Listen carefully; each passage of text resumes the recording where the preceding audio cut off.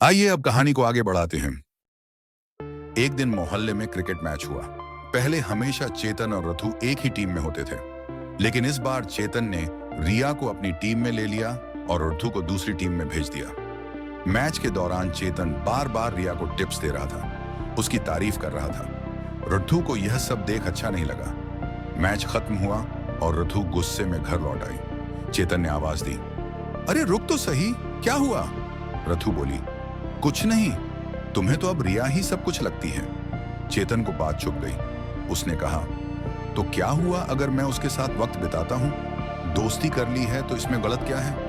रथु का चेहरा लाल हो गया। गलत तब होता है जब दोस्ती की वजह से पुराना रिश्ता पीछे छूटने लगे। तुम्हें शायद अब मेरी अहमियत नहीं रही। यह पहली बार था जब दोनों भाई बहन के बीच इतना बड़ा झगड़ा हुआ। रिया खुद भी समझ गई थी कि चेतन का ध्यान अब पूरी तरह उसी पर है। उसे अच्छा लगता था जब चेतन उसके लिए सबको इग्नोर करता। धीरे धीरे उसने नोटिस किया कि रथु को यह सब अच्छा नहीं लगता, तो उसने और भी मौके ढूंढने शुरू कर दिए।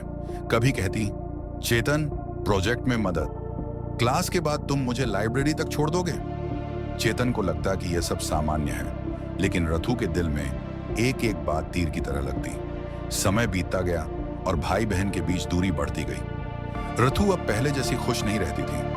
उसे लगता था, मेरे भैया मुझे छोड़कर धीरे धीरे किसी और की दुनिया में खोते जा रहे हैं। एक दिन मां ने भी महसूस किया और दोनों को बैठाकर समझाया, देखो, रिश्ते सबसे कीमती होते हैं। दोस्ती अच्छी बात है, लेकिन अपने अपनों की जगह कोई नहीं ले सकता। लेकिन चेतन को यह बातें सुनाई ही नहीं दी। वह बोला, मां, आप बेवजह सोच रही हैं। रिया मेरी अच्छी दोस्त है, बस। एक दिन रिया का असली चेहरा सामने आया। मोहल्ले में एक पार्टी थी। वहां रिया अपने कुछ नए दोस्तों के साथ आई थी। चेतन उसे देखकर खुश हुआ और उसके पास जाने लगा, लेकिन उसने देखा कि रिया उन दोस्तों के साथ ही व्यस्त है और चेतन की तरफ ध्यान तक नहीं दे रही। जब चेतन ने उसे बुलाया तो रिया हंसते हुए बोली, अरे चेतन, तुम तो बस टाइम पास हो, प्लीज अब मुझे फॉलो मत किया करो। यह सुनकर चेतन को जैसे किसी ने जमीन पर गिरा दिया। उसका चेहरा पीला पड़ गया। उसे पहली बार एहसास हुआ कि उसने अपनी सबसे बड़ी गलती की। रिया को दोस्त मानकर रथु से दूरी बना ली। घर लौटकर चेतन चुपचाप कमरे में बैठा रहा। रथु आई और बोली, क्या हुआ भैया, आज बहुत शांत हो? चेतन की आंखों में आंसू आ गए। उसने धीरे से कहा, तुम ठीक कहती थी रथु, मैंने दोस्ती और मोह के चक्कर में तुम्हें नजरअंदाज किया, जबकि सच तो यह है कि इस दुनिया में तुमसे ज्यादा कोई मेरा नहीं हो सकता। रथु का दिल पिघल गया। उसने भैया का हाथ पकड़कर कहा, रिश्ते कभी टूटते नहीं भैया, बस हमें उन्हें संभालना आना चाहिए। मैं तो हमेशा से यही चाहती थी कि तुम मुझे पहले जैसा समय दो, बाकी दोस्ती अपनी जगह ठीक है। उस दिन के बाद चेतन ने ठान लिया कि चाहे कुछ भी हो जाए, अपने रिश्तों को कभी नजरअंदाज नहीं करेगा।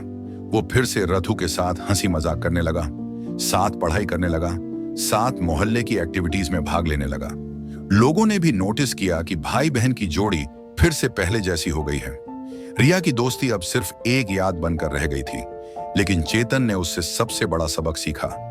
सच्चे रिश्ते वही हैं जो हर परिस्थिति में साथ खड़े रहते हैं। इस पूरी कहानी का सार यही है कि रिश्तों की नींव भरोसे, प्यार और साथ पर टिकी होती है।